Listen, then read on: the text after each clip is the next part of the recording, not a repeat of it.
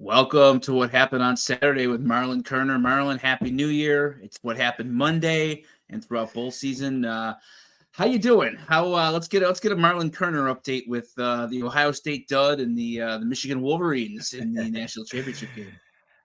Well, first of all, I'm doing well. I don't know how Buckeye Nation is feeling right now. I think we definitely have some issues we need to address, but to anybody that's listening on the Cover One Sports Network and specifically on the College One Sports College channel, thank you for I can't talk Cover One Sports College channel. Thank you for listening. Happy New Year. I hope you guys had a great holiday season and looking forward to seeing what 2024 is going to bring.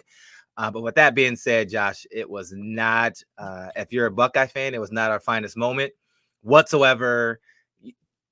It was one of those things where you just kept watching. Like I was so worried because you see all the news surrounding it. You watched all the Twitter, and I love watching, just reading the comments in Twitter. I am one of the ones who just love to scroll down. I don't comment, but I do like to listen. So it's fun to read what people are saying and listen to some of the message boards and read those and just listen to what people are talking about.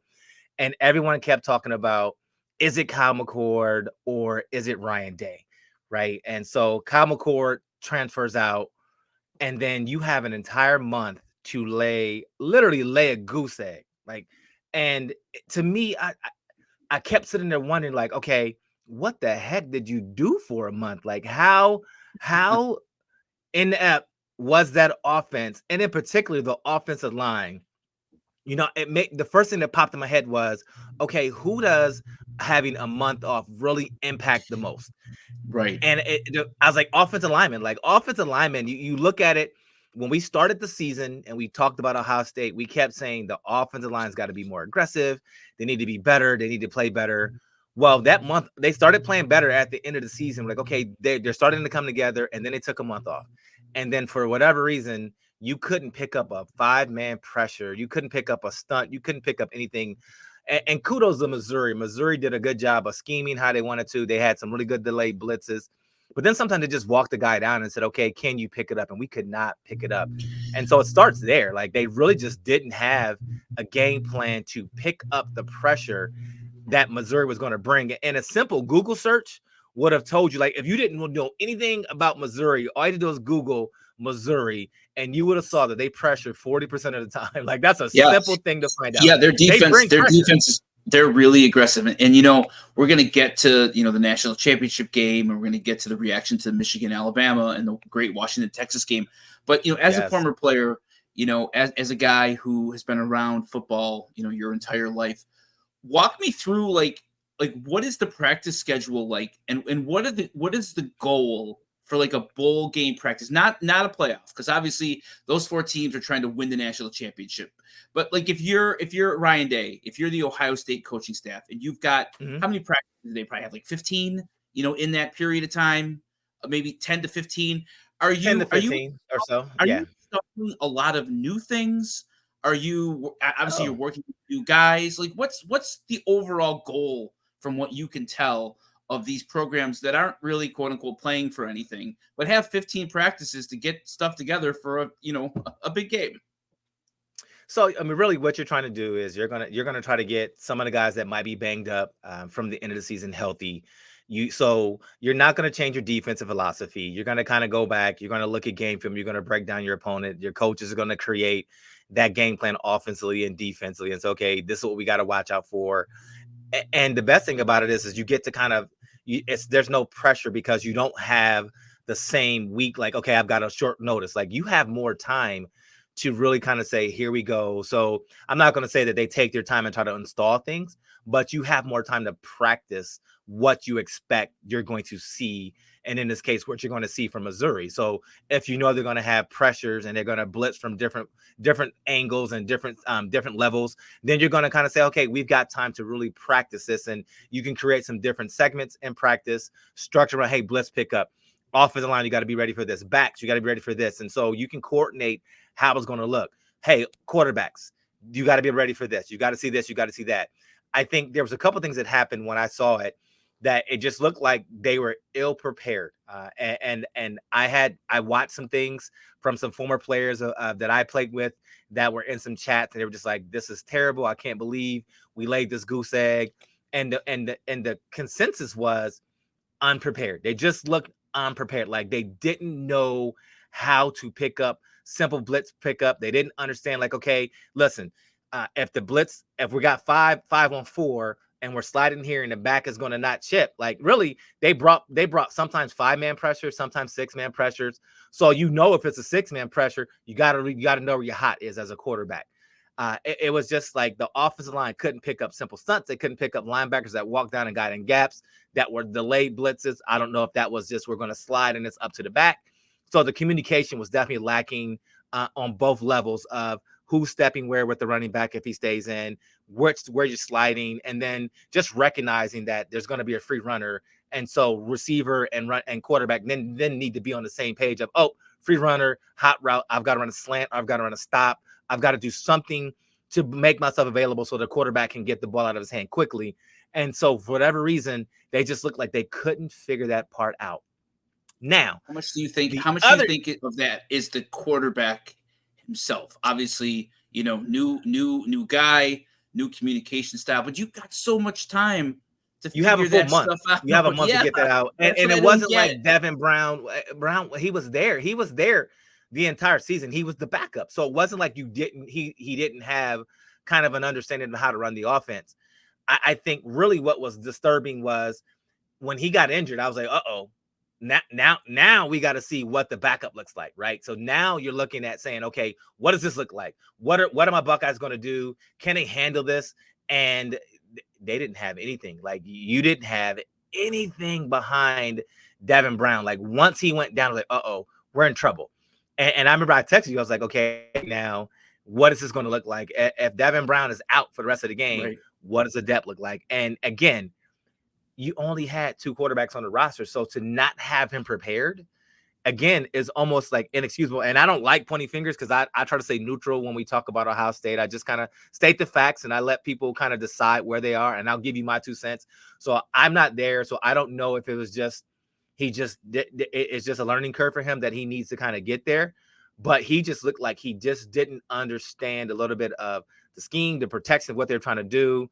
And the offensive line didn't help him out at all. And so that's where you're just kind of like, okay, I didn't understand it. I'm not sure if it was a Ryan Day issue. I'm not sure if it was just, this sometimes you can think of, we're going to attack them this way. And it's just, you just came up with the wrong game plan. So I don't know if it was one of those, they just came up with the wrong game plan for this scenario, and Missouri adjusted better and had the better pressure beaters to kind of beat how we were going to slide protect, how we were going to play our man-to-man protection, do all those things. Like, Missouri just felt like they were one step faster. But I have to give kudos to the defense, because the defense played lights out. Like, yes, they did. It could have been a blowout. I mean, literally it's a 14-3 game final, and it easily could have been a 28-3, a 35-3 had the defense not played lights out.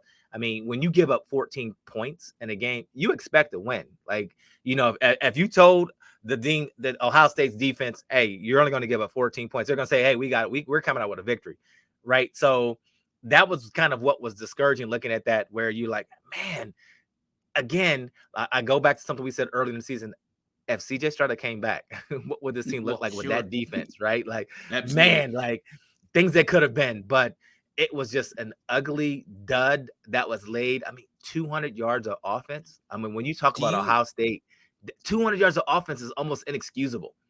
Do you remember a game that you were in college or in the NFL where you kind of knew by like the second quarter that you were unprepared? Not you personally, but your position group, the defense, or you were watching on the sideline in the offense, and you didn't have any answers, and you kind of knew you were dead in the water. Like, it felt like the Ohio State offense by the second quarter, like you texted me, they were dead in the water, and you didn't feel like they were going to figure it out either. Have you ever been in that spot? I mean, the only game that we ever felt like that, I didn't feel like we were dead in the water. It's just we got behind a juggernaut of an offense in that 1994 Penn State offense. We went down to Happy Valley, and it was, I want to say 14-3 or something like that at the end of the first, where you're like, okay, look, we get a touchdown, we're back in this thing. And then it's 35-3 at the half. And that was the only time where I just kind of felt like, man, like this thing snowballed and it got away from us so fast in the second quarter where you just kind of like, what the heck happened? But again, I never thought that. Well, you never thought it was going to be like that anyway. When you go into a game, Sure. you just kind of think like, if we can make an adjustment, because remember, it's what, 7-3 at the half. So, you think about it like, all right, look, like it's not anything where you're kind of like, we can come back from it. If our offense can just figure out, if they can just do a blitz protection and kind of figure it out. It was just kind of like, once Devin Brown got hurt, it was just kind of like, what the heck happened? Like, what happened? Like, it was like the game plan went out the window.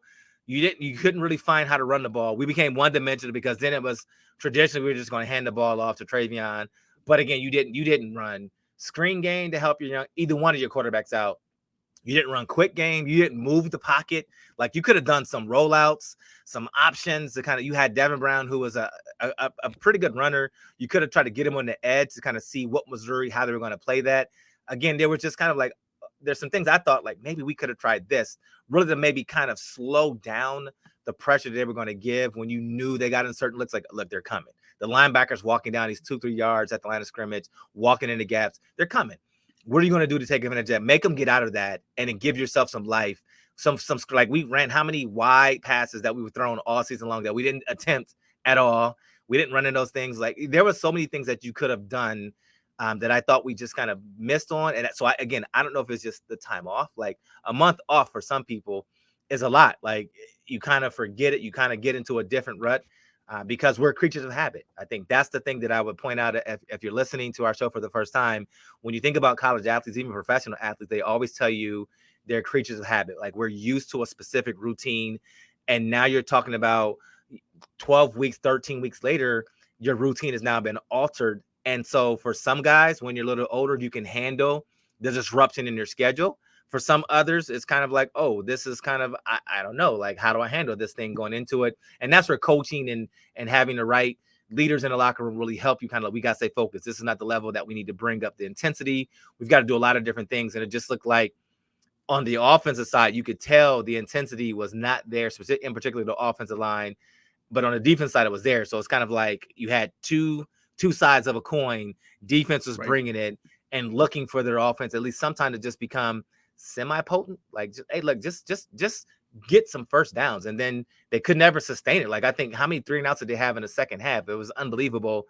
And pretty much Missouri wore them down. Like, you had a really good running back, and he had 60 yards going into the fourth quarter. 60 yards. He ended up getting 60 yards in the fourth quarter. The defense played, as well as you could possibly hope for 3 quarters. Have you ever felt like a play caller, offense or defensive side of the ball, when you were either playing for a team or opposition, panics? Because obviously, you could talk about players on the field and, not making adjustments or not understanding or panicking at times. Have you ever felt a play caller panic? Because I thought whatever Ohio State's plan was clearly wasn't working. And,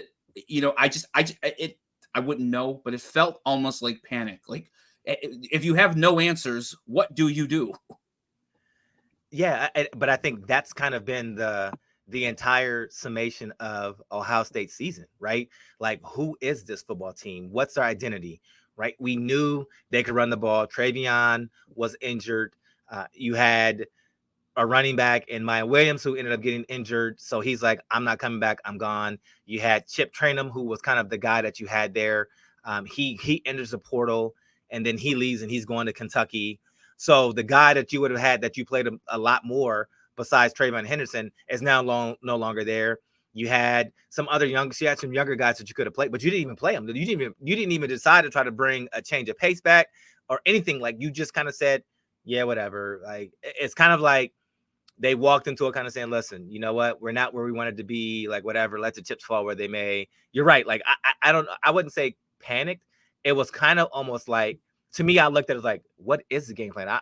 It was almost like just kind of like, we're going to run our basic vanilla plays and see if they can stop it. Like, that's what it looked like. I'm not saying that's what they did, but when you look at it, it was just kind of like, all right, we're going to go Travion right, Travion left, Travion up the middle, and then our quarterback is going to make a throw to Marvin Harrison. Oh, wait a minute. Marvin didn't play.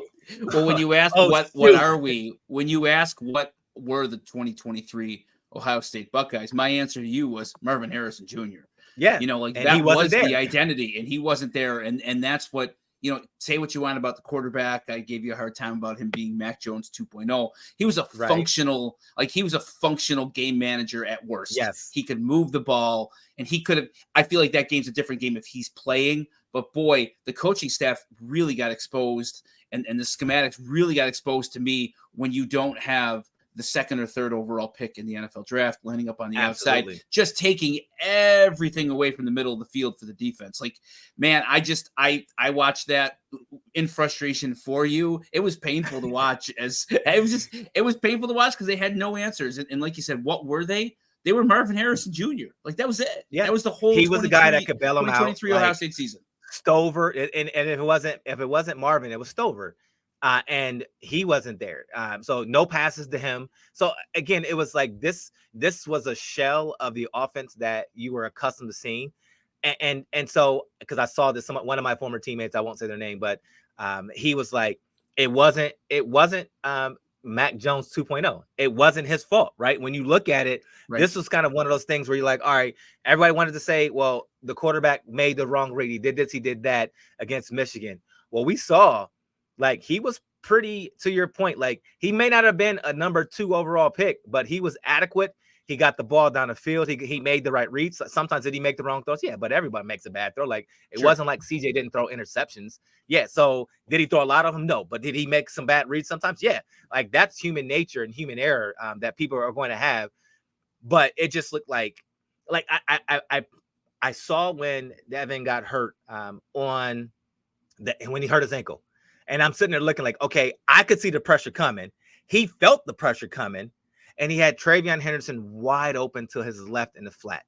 And Travion's looking at him, and he tries to scramble out instead of just saying, wait a minute, Travion's already open in the flat. Throw it now. And he had blockers out there. He had everything set up that you wanted. And it's going to be a pretty big game, at least a first down out of this. These are things where you've got to be able to recognize that quickly and be like, that's my outlet right there. Get the ball in the playmaker's hands quickly, because who knows, now he might be in the game. But again, like, when you look at like what happened, I just shook my head and said, I can't believe that Brown goes out. And now all of a sudden we're like, okay, I mean, what is going on? Like, and everyone wants to say, well, he's a freshman, he hasn't seen this before. Like, you had a month to get him ready. Like, if you went into this game thinking he's not going to play, then shame on the coaching staff, shame on the people to make decisions in that room to kind of be like, hey, listen, you're the backup. You had to have given him some reps and got him prepared, because it's football. You're always one play away in the game of football. And so if you went into that thinking a running quarterback who's going to take a hit is not going to maybe have the possibility to not be able to finish that game, and we managed to get this guy up to speed, if it just looked like he was just, the moment was really big for him. Now, I hope that's just not the case, and it was just one of those bad showings, and Missouri had a really great blitz package. We're going to find out next year. But yeah, it was just one of those, like, I just shook my head the entire time. Like, I cannot believe my Buckeyes really laid a goose egg. And yes, I watched the entire game. Like, I didn't turn it off. Well, I told I watched you, the entire thing. You texted me early, and I said, you are now in my 2023 college football hell of having no outside playmakers and having, not an explosive running game. And that was the Notre Dame offense all year, where they were just so limited by everything being, the whole field was condensed because we didn't have anybody who could make a play down the field. So it was Audric Estime left, Audric Estime right. And God bless Audric Estime. He had a great year, and Notre Dame's got, one of the top 5 offensive lines in the league and in college football. But you could just see how without a Marvin Harrison Jr., without that dynamic threat, you're just going to always be limited, and the field is going to be condensed, and it's a slog for yards. Even with a quarterback like Sam Hartman, it's a slog for yards. We're going to take that transition of quarterback decision-making and frustration. We're going to turn it to last night's games. We're taping this on Tuesday. It's going to come out. Before I do that, though, Marlon, good news for you. Next year, I just looked it up. The first round of the college football playoff in 2024 is December 20th and December 21st.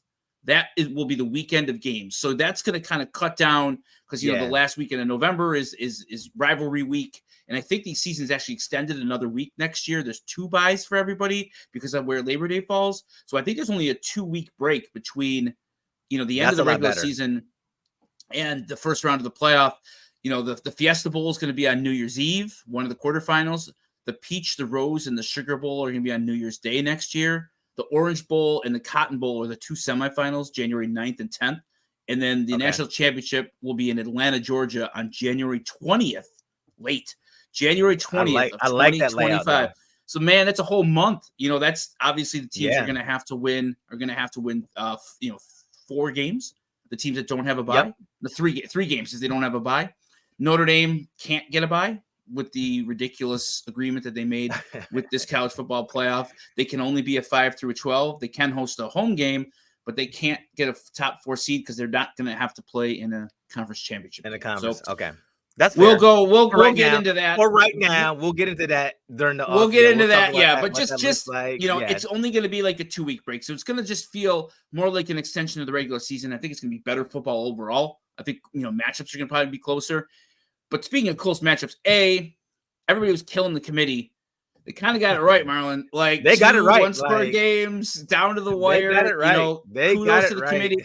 Your darling Florida State Seminoles. I know they had a lot of opt-outs, but when you lose by 60, I think you can't say a word. It's a bad look, for the ACC.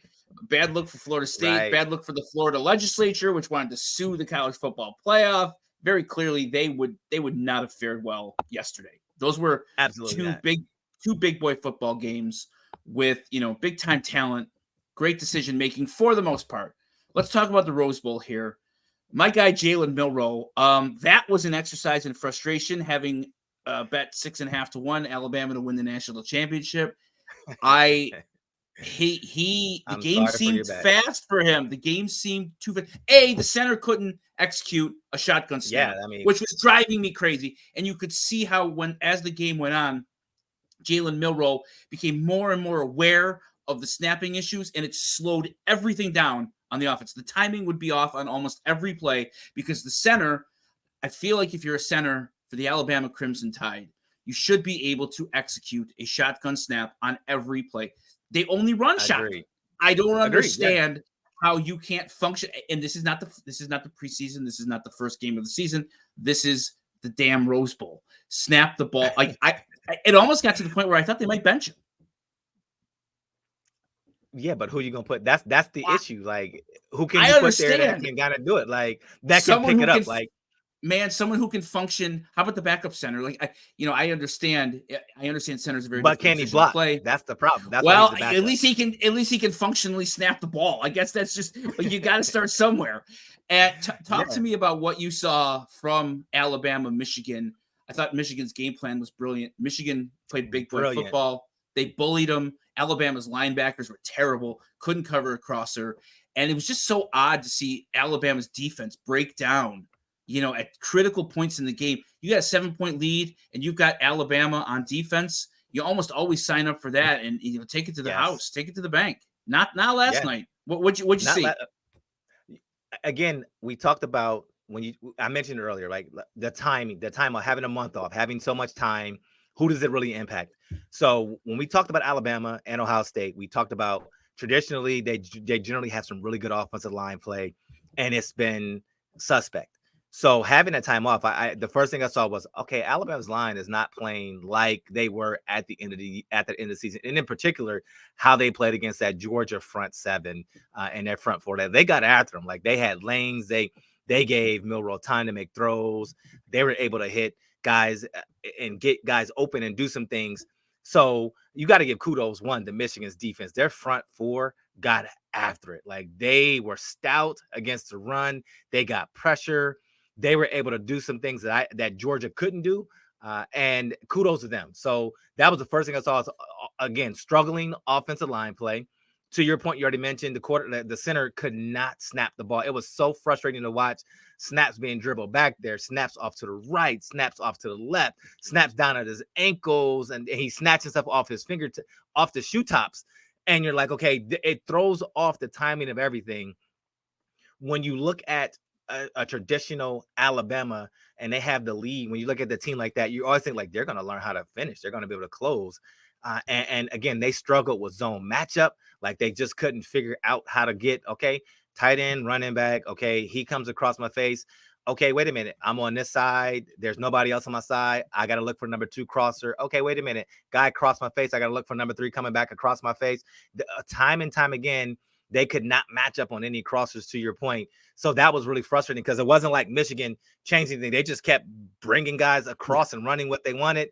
And every time, even on the touchdown, you're like, oh my gosh, like that was a great play. Like he just runs down the field, a crossing route, gets matched up to the linebacker, runs by him and doesn't step out, dives, and all of a sudden you're like, oh my gosh, like that was a great play, great call. So kudos to Michigan for figuring out how to exploit it. You know, and when they needed to win a game, they went back to what their strength was. They ran the ball. Like Michigan's offensive line opened holes. Blake Corum did an amazing job, especially in that overtime. I'm looking like, man, like 2 plays, he runs it down the throat and becomes Michigan's all-time touchdown leader. You got me so fired up, I kicked my camera. The touchdown run, they put amazing. the guard. The guard went through the hole and had no one to block until the safety, 12 yards down the field. Like it was an incredibly blocked play. But man, 2 plays against an Alabama defense in overtime of a national semifinal, shocking. Like give all the credit to Michigan. You're right, but you're just not used to seeing an Alabama team get bullied. They got bullied. They got bullied, and we talk about being gap sound, right? Because we hear that a lot down in Orchard Park about being gap sound. Yeah. So on that play, when the guard got pulled and he turned up, if you look at it, it was almost like the defensive end was supposed to keep contained, and the linebacker filled the gap where the guard should have turned up in. But because the defensive end went inside, and then a linebacker was filling the gap where he was supposed to fill, because that's the way the scheme was set up for, there was nobody else on the outside. So the guard turned up, and he's like, oh, I'm going to the safety. And now all of a sudden, Corum's like, wait a minute. I've got a guard. I've got 2 people on the inside gap. The tackle sealed down the defensive end. And now all of a sudden you're like, oh my gosh, like again, when Alabama goes back and looks at that game film, they're gonna be like, okay, what were we thinking? Because you either have that conversation, where are you going? Okay, I'm gonna play inside. Okay, I'm gonna scrape outside over the top. So there's a miscommunication right there between the defensive end and the linebacker. I tend to think the end's gonna always hold that end, linebacker's gonna fill, because that's traditionally how it's supposed to run. And then you would have had the guard and the linebacker in the hole, and Corum would have had to try to fight over that, get through that. And maybe the safety comes and makes a play. So because of the fact that they went both into the same gap, all of a sudden your guard is up there. He gets to the safety. Now it's okay. He's in space. It's over. He makes one guy miss. It's over. It's over. And I'm like, wow. Talk to me. Like I'm watching that play. I'm like, wow. Talk to me, Marlon. You cornerback, defensive back. Talk to me. Have you ever been in a spot where, oh shit, here comes the guard pulling, and it's you and him? What's your goal there as the smaller guy, as the defensive back? Like, what's your goal there? Are you trying to go low on the guard and trip up the running back? Like, you can't go low anymore, because then they throw a foul. They throw a flag on you. So really, you try to do what we call the chicken wing, right? You see him come up, you're like, oh shoot. So now, if he's coming down the field and you're like, oh, snap, I just got to get off the ball, get off of him, and find a way to get the running back down. Like, so that's my thought process. If you're close to the line of scrimmage, you're trying to give him what we call the chicken wing, right? You're going to get in there. You're going to kind of kick that inside shoulder, give him turn sideways and give him a little bit of space, because they like big spaces. They want to try to hit you and lay you and knock you all over. So you try to give him a little chicken wing and get off of it, but you try to hold and contain it. Like you're trying to really get back to the outside to make sure that you turn it back. You're turning it back to everyone that's pursuing. You don't want him to get to the sideline and get a one-on-one with a corner who has a receiver that he's got to get off of, because now it's in their favor. So you think about that, like as a corner, okay, I've got a receiver, or if I'm the slot corner and I'm trying to come down, like I've got to turn this back. If he gets outside, they have numbers, and I don't want them to have the advantage of the numbers. Unless he's just sprinting like crazy, outrunning this block and trying to get to the sideline, then you use the sideline as your help, and you just kind of get to the inside hip, like, look, dude, like, I'm going to just get you down. But in that play, like, that's a tough one, because the safety did all they could to try to get down and get off the block, but the damage was done. Like, once he puts him out of the way, like, dude, I'm trying to spin off of this and getting down, and he's spinning off and trying to tackle him in the end zone. And And those are one of those situations where when you talk about being gap sound, those are things that kill a defense, especially in an overtime, because now as Alabama knows, now I've got to score a touchdown. Like the whole thing, why you take the ball first and say we want to be on defense is because if my defense holds you to 3, I know a touchdown wins it. If I give up a touchdown, you're like, oh shoot, like man, like now our back's against the wall, and we get to the flip side, and you're like, oh my gosh, like it's 4th down, 4th and 2. You're inside the 10, and you're sitting there looking like, okay, now what are we going to call?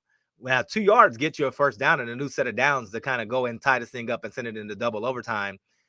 And Michigan calls a timeout.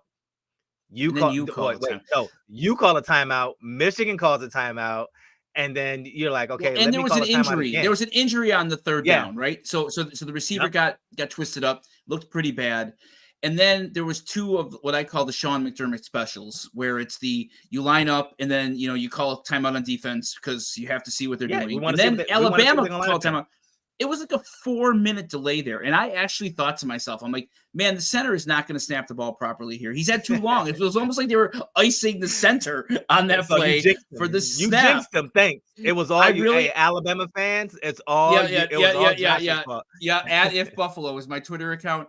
I thought to myself, I'm like, this is taking too long. Like you had a decent drive going, the momentum. Obviously, there's nothing you can do about the injury. No. And then Michigan's going to call a timeout, fine. But then for you to call a timeout, it just felt like a really long time for them to sit around and think about the play, think about the snap.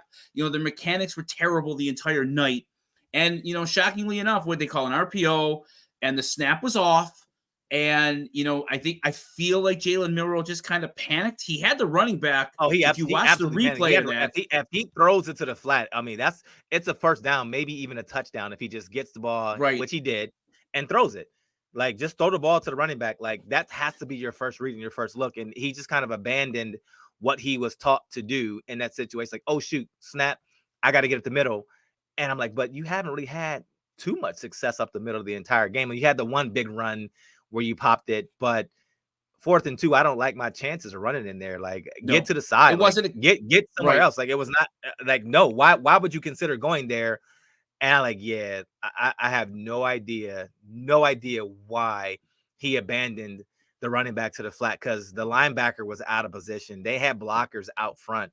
Like, it's definitely a first down if he throws it and throws a catchable ball. And maybe even a touchdown, and we're talking about double overtime and seeing if Michigan can go back and score it again.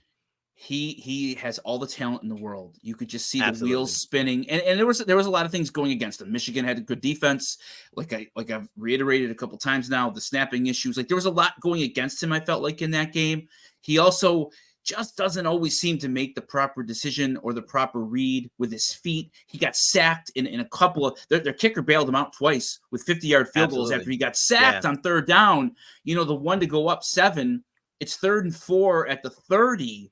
And I'm yelling at the TV. The only thing you can't do there is take a sack. And of course, he took like a 6-yard sack. And it's like, it was those kind of like mental issues, not only from Jalen Milroe, but man, I would have just run the ball there. If you're Alabama, like even the play calling, my old friend Tommy Reese, who was the Notre Dame OC with Brian Kelly, everything just seemed off, and everything. You're right. It didn't make much sense. And when you've got a quarterback who seemed kind of spooked at the operation part of it, and the O-line wasn't holding up right, you could see why they lost. Like they couldn't function. They had one drive that they had 4 or 5 successful plays in a row, and then 2 terrible snaps, and it's 3rd and 30 and it's like, this drive's over. You can't have this like in a playoff situation. You can't go from 1st and 10 to 3rd and like 25, 29. And Michigan had done nothing on either one of those plays to affect, so you got to give credit to Michigan, but that game was absolutely there for Alabama to win. And I almost feel like Alabama shot themselves in the foot as much as Michigan took it. Michigan took it from them in the end, but man, Alabama had every opportunity to win that game. Let's talk about the other game. And I'm watching Michael Penix, and I wanted to talk to you and ask you this question today. The Washington receivers are just physically dominant, and they're Rome Odunze, and everybody in Buffalo has a crush on him. But so as a DB, as a former player, what do you do if you know that somebody is just a terrible physical matchup for you. Not scheme, not X's and O's, but just like one-on-one. You know, you're going against a guy who's just is a better athlete than you. What do you do? You try to either come up with a game plan that says, okay, we're some teams will go with you can take it and approach it two different ways, right? So some teams will say we're going to try to scheme to take that guy away, especially if that's their main guy, right? So you think about when Randy Moss is in college, or think about when guys like that caliber that just if they touch the ball, they're one play away from just taking it to the house. So scheme-wise, you try to make sure you do everything you can. You put a safety over top. It's kind of how teams defended Marvin Harrison throughout some of the early games, where they just put a safety over top, corner, sometimes play inside two-man kind of style coverage, and kind of say, okay, listen, we're going to let this guy take away. We're going to see if anyone else can beat us. Or you can go the other way and say, listen, we're going to leave him alone, and we're going to take all the other guys away. We're going to scheme all the other guys away. And if this guy beats us, then he's worth his salt. But we're going to bring some pressure, and we're going to see if this one guy is as good as advertised. So in this situation, when you look at what they were able to do, now Texas gives up some points. They give up a lot of, but Washington also gave up balls too. So it was kind of like, all right, which defense? I was kind of like, this could be a shootout. And you're just watching. I think what Washington does well is they really scheme situations where they get favorable matchups, right? Like they don't really put Rome Odunze in positions where he's always outside. Like they'll move him. He'll be that number 2 receiver. Sometimes he ends up being that 3rd receiver by motion. They'll bring guys around. So they do a lot of different ways of moving him. And when you do that, you get really good matchups, because either you have a corner standing the entire time, but then you don't want your best corner coming off if he's in a motion position and coming around and doing some things like that. So sometimes you'll say, well, safety's got to get it. So it just depends on the scheme. And then they run some really creative routes. Like they'll run 7 cuts, they'll run posts, they'll run the 4 cuts, they'll run the deep hitches, they'll run some outs. They run the overs. They do so many different things to get him the ball. They do a good job of screen, and they run things where they'll run guys down the field and have an outlet for Penix to be like, okay, listen. So I've got to, as a linebacker in a corner, if I'm playing zone, I got to sink back and take these deep routes away.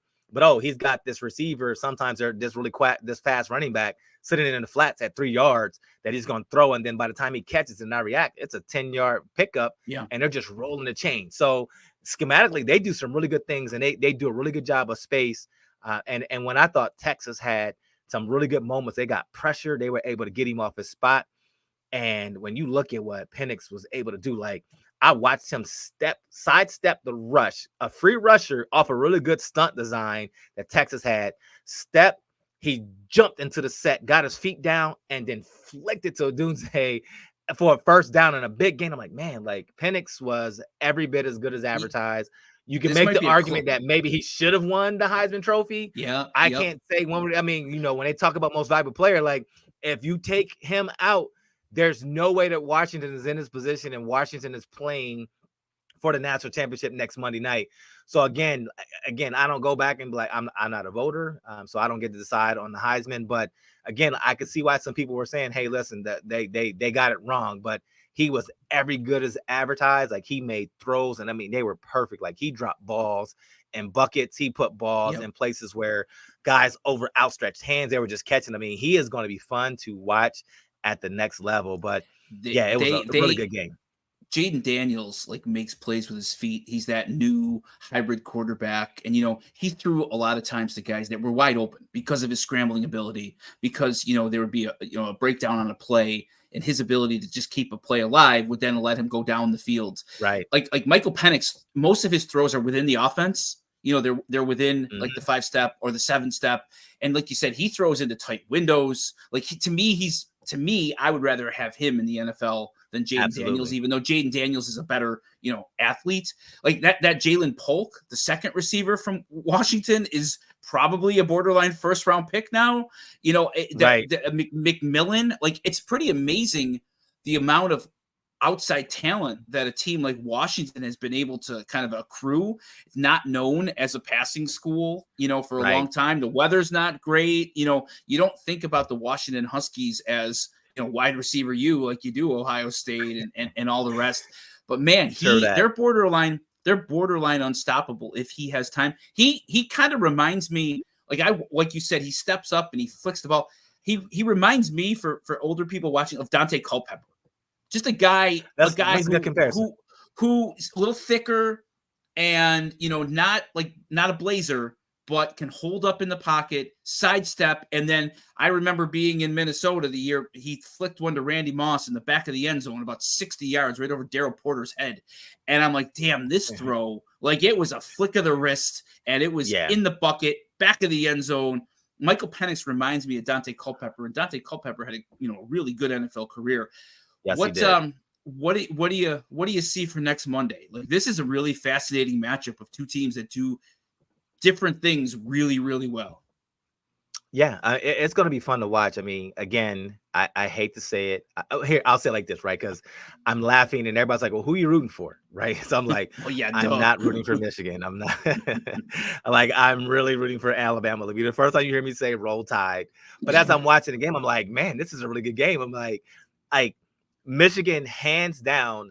And this will be the first time and we joke a lot. And I took my lumps with Jay when we had our bet and I changed my avatar. But when you look at it, Michigan was clearly the better team over Ohio State the past 2 seasons. Well, this past season, and even you could say even last year. I thought 2 years ago when they won the first time, I wasn't sure if they were a better team, but they definitely had a really good game plan to stop CJ down in Ann Arbor a couple years ago. So when you start thinking about that, I'm like, man, like, all right, listen. They're better than what I thought they were. I mean, they play really good defense. They get after it. Will Johnson, I've been a big fan of his from knowing his uncle who played for the Bills, Demaryius Johnson, and was trying to get him. Hopefully, was hoping he would come to Ohio State when he was going through that recruiting process. But he's as good as advertised. Like, he can go and take out the top receiver. So I'm looking for that matchup. Will Johnson on the Dunzier to see how that looks and how that match, how Michigan approaches that.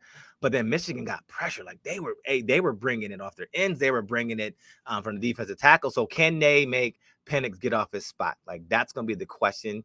And then can Washington stop the run? Because we know what Michigan wants to do.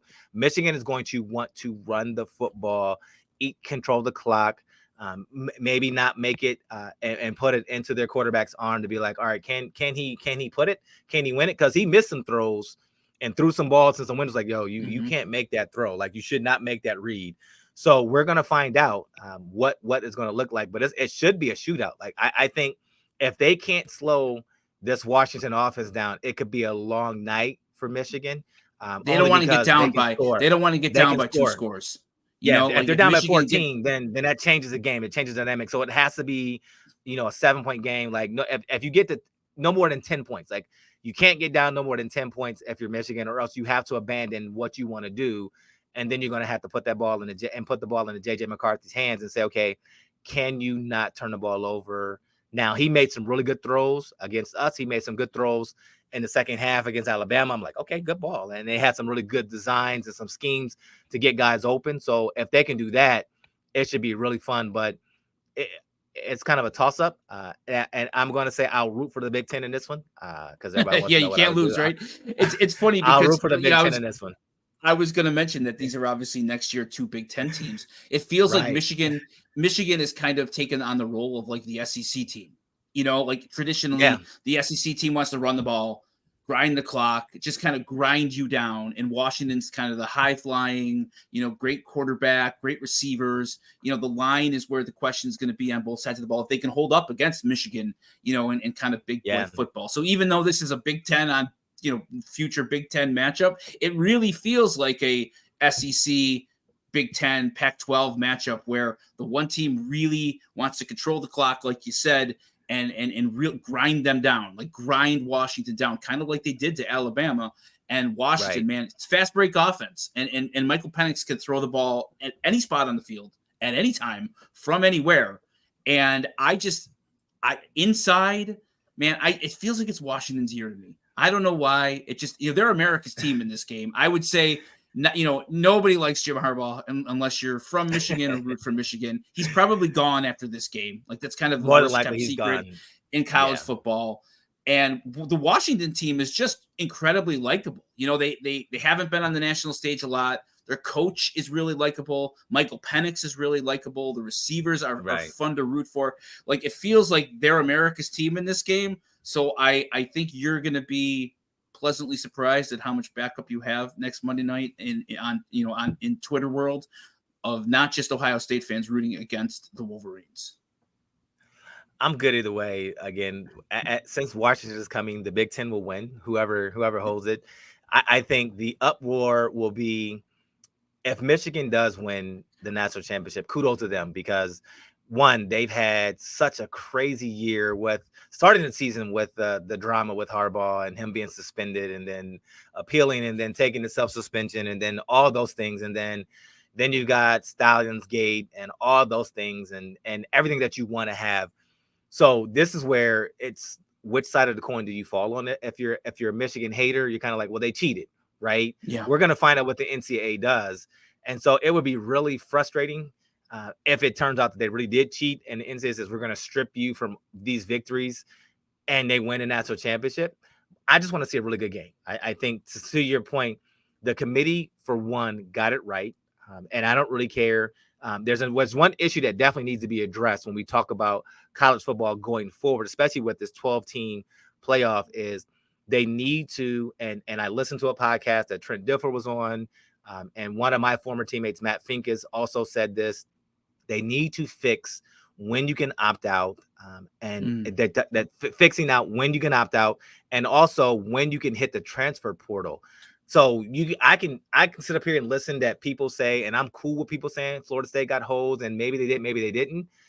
But I don't really care, opt-outs or not. Like, you can't have that many guys hit the portal and tell me that you didn't have capable backups to come in here and at least mount something, like mount anything. Like, you gave up 60-plus points to Georgia's backups and Georgia's freshmen running backs and wide receivers and quarterbacks and tight ends. So we've definitely got to fix that in college football. And when guys can hit the portal and transfer out, because it's kind of watering down. It's making certain bowl games useless now. And so they've got to stop that and kind of figure that part out and how they're going to do it. And I think we'll figure out at some point in time, somebody will bring something. Hopefully somebody will bring something good to that. But again, like, whether people want to say, well, we had injuries and we had this and we had guys that opted out and we had guys hit the portal, no excuse. Like, you can't sit up here and tell me that because you guys didn't get into the playoff that you're like, yeah, I'm done. Yeah. I'm just gonna walk away. You can't get dog walked by 60. Like, you just can't. No, you can't. You can't. Like, you can't be a 25 or something like. Sure. Look, you can't get. Yeah. I mean, and they called off the dogs. I mean, it could have been worse. They did, like, and they couldn't stop them. They couldn't stop. They could have scored 80 points. Yes, it was embarrassing. Like, frankly, it was quite embarrassing. Before we roll on out of here, we do have to give 2 minutes to my Fighting Irish. Yes, a dominant bowl performance. Great performance. Like, they were, your Saturday was great. My Saturday was terrible. I thoroughly enjoyed that. I have to say, not having Sam Hartman out there it almost kind of took the handcuffs off of their offense. He's not the most mobile guy, and he was in that system at Wake Forest where he really, he thrives in the pocket, and they run that slow mesh, and then he would throw deep. He was not a great short and intermediate thrower all in his entire career. He excelled at the deep ball, off of the slow mesh. The linebackers would all get pulled up, and then he'd just throw over the top. And Notre Dame just didn't have the personnel for that this year at all.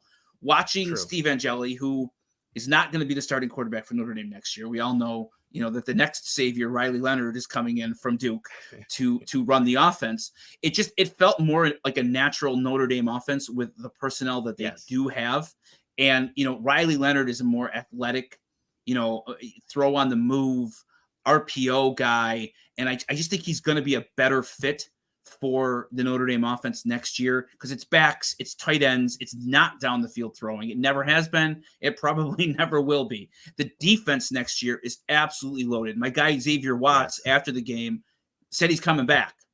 So he was the National Defensive Player of the Year. Benjamin Morrison is probably the best cornerback in college football. He's coming back next year. They've got probably the best interior defensive tackle rotation coming back. Howard Cross Jr. Like, their defense it will absolutely be playoff caliber. It's a question of how can Riley Leonard, get incorporated in the offense. They are losing Joe Alt, their starting left tackle, who's going to be a top 5 pick in the NFL draft. They are losing Audric Estime, but they're going to reload it. I never worry about their offensive line. And hopefully the receiving group, Notre Dame's going to get some offensive line.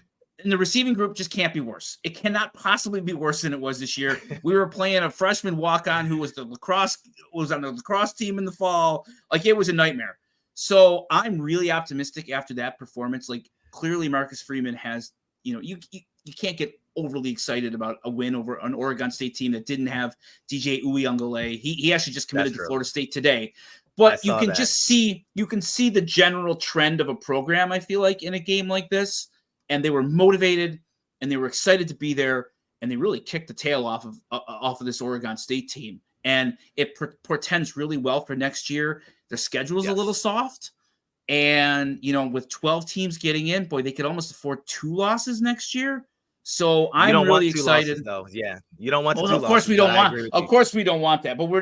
But I feel really confident that year 3 for Notre Dame coaches is always the year. Lou Holtz won the national championship. Brian Kelly went to the national championship in his 3rd year. Eric Parsegian won the national championship in his 3rd year. I know I'm giving you a boring history lesson on Notre Dame coaches, but I learned all those names and I thought I was going to go to Notre Dame. So that's fair. I'm very excited for the program next year, and the fact that I was a little lukewarm about bringing in another grad transfer at quarterback, but that defense is going to be ready to win on day one, and I don't want to break in a freshman or a first-time quarterback, when the margin of error is really small, only being able to lose 1 or 2 games. So I'm ready for September. I'm already ready for September, Marlon. That game. Can we get to the spring game? Listen, let's pump the brakes. Let's see who else they bring in, and then let's see what the spring games look like, because we can definitely talk about those and watch those games on. Are you on Peacock? Peacock. Spring game be on Peacock? Yeah, the blue. That was my first. That was my first ever in-person experience at a football game. I went to the 1986 blue and gold game with my dad. I was 11 years old, and I didn't realize that they weren't playing another team. I thought it was Notre Dame versus someone else. Okay, so you're like, okay, I'm going to the game. Like, wait a minute, it's a scrimmage? What is this? And I should have realized that it was the spring. I don't know. I was young and still kind of naive to the whole football thing. And it's a funny story. I didn't realize that they weren't playing another team. I'm like, who the hell is this blue team? I'm like, and then everybody's cheering for like everyone. And it was just an odd experience till I finally figured out that, oh God, this is a practice. This is a scrimmage. It was a lot of fun. You got in for free, and it was sold out. It was completely sold out, which was, pretty incredible for a spring game in 1986. But that was my first ever in person. That's Ohio State spring game. That was my experience as a kid growing up too. Like, hey, they were giving out free tickets. You go up and get your free ticket, and then it's sold out. You're just like, 90,000 people at a spring game. It's crazy to me. So the tradition from Notre Dame to Ohio State is going to be fun. I'm definitely looking forward to what you guys are going to do. I think Marcus Freeman, being a former Buckeye, was always a fan of his when he played for the Buckeyes, and liked him as a coach. I like. Have you ever met him? That you're headed. Have you ever met him? No, I have not. Like, I don't. I tend to stay out, and then when I had the opportunity to kind of go back and check out some games, it was kind of like, I was in that travel soccer, dad, with one kid. We had my son and my daughter doing travel, so we're kind of going all over the place. So it never lent for us to be able to go home and check out a game. And then I started working and with the Bills. And so then it was like, oh, I'm a little older. My kids are older. I won't miss little things. And then you're like, I'm missing things. So I never really got the chance to go back, but I've definitely been a fan of his. And so you guys are trending in the right direction, and I'm not sure where my Buckeyes are trending, and that'll be some interesting topics to talk about. Right here, I think the roles are going to be reversed. Where are we going? Like, right, it feels like during spring ball and through the summer, the roles are going to probably be reversed from this year, where you guys were clearly a prohibitive favorite, to make the playoff, and when it was national championship or bust, as we found out, because everybody wanted to run Ryan Day out of town after going 12 or 11 and 1. Still want to run Day. They want to run him out of town still. Like, that didn't help. The bowl game didn't help. So give me your prediction for next Monday night, and then also if Michigan wins, what are the chances that you reach out to our friend Jay Riemersma to have him on the show to have a little bit of Look, bragging whether rights. whether they win or lose, I will reach out to him to see if he would be more than willing to come back and just talk about it. But definitely, I would definitely want him to have some bragging rights and some talking points, because he definitely talked about it in that Ohio State game about hitting the tight ends more. And he was 100% right. And they've been doing that. They've been really taking advantage of some of those. So some of the tight ends and the mismatches they have against the linebackers and some of the safeties playing so far off. Hitting, leveling. So it's going to be fun to see. I'm 50-50. I'll represent Big Ten. And I would definitely say I'm going to stick with my normal. I'm going to root against Michigan because I've been rooting against them all season. They've been proving me wrong. So I don't want to flip it and jinx them and say the first time I'm going to root for them and then they actually lose because I say I'm a root for them and pick them to win. So I won't pick them to win. I will say I'll choose Washington, and I'll say it'd be a 35-24 game. I think that high-powered offense, if it gets above 28 points, that's going to not bode well for Michigan. And so I think if Washington gets, the magic number for me is 35. If Washington gets to 35 points, they definitely win this game. That's really funny. I was going to say 35-31 Washington. I think they just, they get ahead and they kind of boat race them a little bit. Maybe Michigan gets a backdoor touchdown late. The spread's 4.5, Michigan minus 4.5, which I think is kind of crazy. Feels like a coin flip game. And most of the people who I've heard, most of the people that I've heard that I respect their opinion all kind of feel like it's right around a coin flip game. I'm going to take the points because 4.5 is, quite a bit. So I'm going to go 35-31 Michigan, and I'm going to rely on you to reach out to Jay and win or lose. Hopefully he can, maybe give us his observations next week after the game, because we'll record on Tuesday next week. Absolutely. So all right. Thanks everybody for listening. Please like and subscribe. Marlon and I are going to go all the way through the off season. I know that the Cover One guys have some really fun draft stuff planned. We're going to figure out kind of what our role is in that. We're on the Cover One College Football YouTube channel now. We're going to help grow that. There's a couple of guys who joined Cover One who are really good, draft guys, and they're going to start posting to this channel as well. So please like and subscribe. Marlon and I are going to do our part and kind of figure out our next move once the season's over. And I really look forward to it, buddy. I'm looking forward to. Happy New Year to all our listeners, and Happy New Year to you again. So, and you didn't even talk about it. We have to talk about, like, you went down to New England and got to check out some basketball. Yeah, I'm gonna put up on Twitter. Right? I'm gonna put up on Twitter my son's one finger salute to Gillette Stadium, which was unplanned. We drove down to Patriot Place. So, long story short, we had 3 days in Boston. We went to go see the Celtics, first time ever in the Boston Garden, as a tribute to my dad. I had never been there. I'd been there for a Sabres-Bruins game, but I'd never been in the Garden to watch the Celtics. I'd seen the Celtics a number of other places. My 11-year-old son, Jackson, loves the Celtics, has really gotten into it. We went and we saw them pull out a victory against the 28-in-a-row loss Pistons, which was quite an interesting game. They pulled it out, thank God. The next day, I had to make it up to my wife, and we drove to IKEA down in southern Mass, which is only 15 minutes from Foxborough. And I surprised everybody. And after we left IKEA, which was a 2-hour, oh God, IKEA is, wow. It's a lot. We drove to Patriot Place, and none of them knew we were going there. And we pulled up, and it was kind of like going to Wally World in National Lampoon's Vacation. There's nobody in the parking lot. And it's like, oh shit, where are we? And man, that's quite a place. Like I hadn't been there. I hadn't been there since they were building it.